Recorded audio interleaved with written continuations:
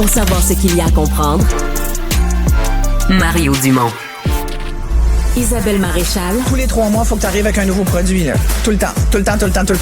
Mario Dumont. Comme on dit en québécois que ça a fessé, là. La rencontre, Maréchal Dumont. Je sais pas comment on va y arriver.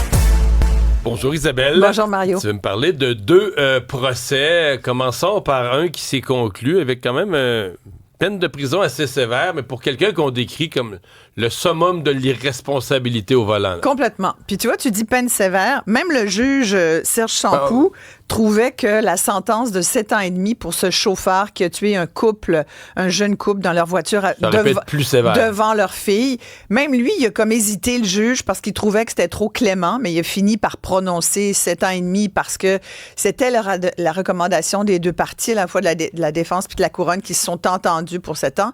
Mais sincèrement, en lisant ça ce matin, je me dis, il y a un couple, deux jeunes parents là, qui ont été fauchés, une enfant qui n'a plus ses parents, puis le gars qui a 7 ans de prison, qui va sans doute faire un 6e de sa peine. Ça fait 8 ans... Maintenant, c'est un tiers. Ouais, un tiers. Mettons, ça fait 8 ans que ça dure. Même la mère a dit, la mère d'un des...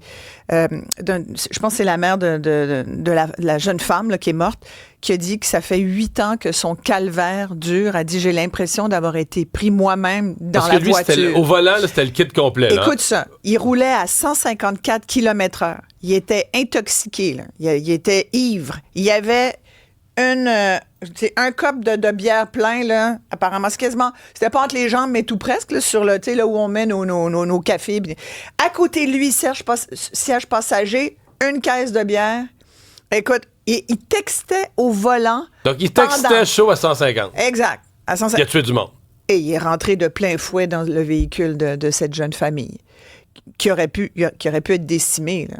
L'enfant, là, ça a été un miracle là, qu'elle soit toujours vivante. Mais t'imagines, moi, je me dis, 7 ans et demi, est-ce que c'est normal? Il a tué 2 personnes. Est-ce qu'on va y interdire de conduire à vie? Est-ce que, je sais pas, c'est-tu dans les... C'est pas dit, probablement qu'il y a une interdiction de conduite. À mon avis, c'est à vie, ça. Mais ça dérange tellement pas le monde, ça. T'sais, ça, c'est un cas de récidiviste.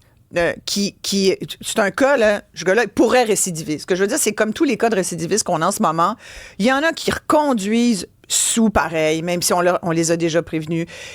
Pas de permis. Conduisent quand même, moi je sais. Pas de permis, conduisent pareil. Il y a des gens, ils ne comprennent rien. Et je parlais de ça à mon émission cette semaine. On a parlé de ce qui se passe en France.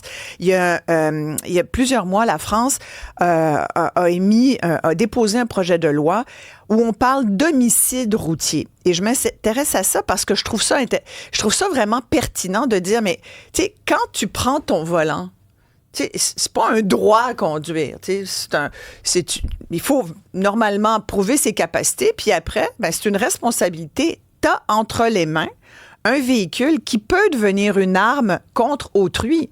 Alors, il faut que tu saches t'en servir avec responsabilité, et puis que tu sois ni intoxiqué, que tu boives, boire comme dans ces conditions-là, tu as l'alcool. Mais c'est du monde qui roule à 150 km/h. Il y en a plus qu'on pense. On a vu dernièrement, GE a fait toute une enquête là-dessus. Le white lining, t'as vu ça? Là, c'est la nouvelle mode, là, des jeunes, ça roule sur l'accotement. Écoute, j'ai une de mes propres filles qui s'est fait faire ça, un cas de white lining, il n'y a pas si longtemps. Sincèrement, elle m'en parle encore. Ouais. Mais là-dessus, quand même, les accusations criminelles sont tombées. Il y en a un qui s'est fait arrêter pour white lining. Ben, j'espère. Et il n'y a pas eu pas seulement le code de la route. Là. Il y a eu des accusations immédiatement criminelles. Oui, et tant mieux, tu vas me dire. Tout à fait, parce que, et c'est ça que ça dit, l'homicide routier, en France, là, dit que tu es responsable de tes actes quand tu prends le volant, que tu sais que tu as consommé. Consommer, c'est un geste que tu poses. Tu es conscient que tu consommes. Là. À moins qu'on te fasse binger, là, que tu sois sur la torture et qu'on dise bois de l'alcool, va conduire. Non, c'est toi qui décides de conduire. Quand tu prends ton cellulaire au volant, puis ça, j'en parle ce matin à mon émission du cellulaire, quand tu prends ton cellulaire puis que tu textes en conduisant, puis j'en vois beaucoup en ce moment qui le font, ben texter tu comprends? sous à 150 km/h, c'est inimaginable. C'est un cocktail mortel, la preuve. Ouais, mais 7 ans, moi, je questionne le 7 ans et demi. Je trouve que c'est nettement insuffisant. Sévère, ouais. Complètement. Isabelle, il y a cette autre affaire. Celle-là est hyper bizarre. D'ailleurs, c'est une femme, la mère de cette jeune femme a témoigné souvent dans les médias de la longueur du procès, des procédures. Mais là, le procès arrive à sa toute fin. Procès pour meurtre à Brossard, une femme, 2 enfants qui sont morts. Cynthia Bussière et ses 2 petits garçons. Et là, le type, Al-Balouz, devenu une femme au procès, disons se présente comme une femme. Disons qu'il, lui, maintenant, se définit comme une femme. Mais au moment des faits, pour simplifier la compréhension de la chose, c'était le père de la famille. Et le père... et là, il veut plus d'avocat. Donc, il a plaidé lui-même sa cause. Oui, dès le début, il a plaidé lui-même. C'était ça. Il voulait se représenter lui-même. Et là, c'était les plaidoiries hier. Puis il a essayé de convaincre les juges que... il a essayé de semer... Tu sais, un procès avec jury, là, c'est tu sèmes la petite graine du doute dans la tête. Fait il y a bien il raconte une autre histoire. Lui, il raconte l'autre histoire. Puis l'autre histoire qu'il raconte... puis selon la police et selon les faits, c'est une histoire, à mon avis, qui est à boire debout. Moi, je peux le dire. Je ne suis pas juge. Un juge ne dirait pas ça, bien sûr, aujourd'hui. Mais, tu sais, on peut avoir des opinions là-dessus. Moi, quand je regarde ça, je me dis, voyons, 23 coups de couteau. On dit, selon la preuve, qu'il s'est acharné sur le corps de Cynthia Bussière avant d'étouffer, probablement avec le même oreiller, ses 2 enfants, dont il dit aujourd'hui, écoute, il disait au jury hier, moi, comme mère, comme femme, déjà là, de la misère. Moi, je respecte ça, les gens qui sont transgenres et tout. C'est pas ça, c'est que. C'est un changement de genre bizarre. Pour moi, après un c'est meurtre, comme une tentative. Oui. Affaire, ici, tu vois, puis bon. Et il parlait des petits cocos, puis il parlait du cœur de mère, puis vous en avez peut-être des petits cocos. Fait qu'il joue quand même, il joue vraiment beaucoup sur la carte de l'émotivité, même s'il demande au jury de mettre leurs émotions de côté. Mais tu sais, après, il faut regarder la preuve. Il y a quand même une femme qui a été assassinée, 23 coups de couteau, 2 jeunes enfants morts. Cet homme-là, au moment des faits, a tentative d'avaler du lave-glace, mais on sait que le lave-glace, dans un cas comme ça, ça n'a pas eu d'impact vraiment, puisqu'il est toujours vivant.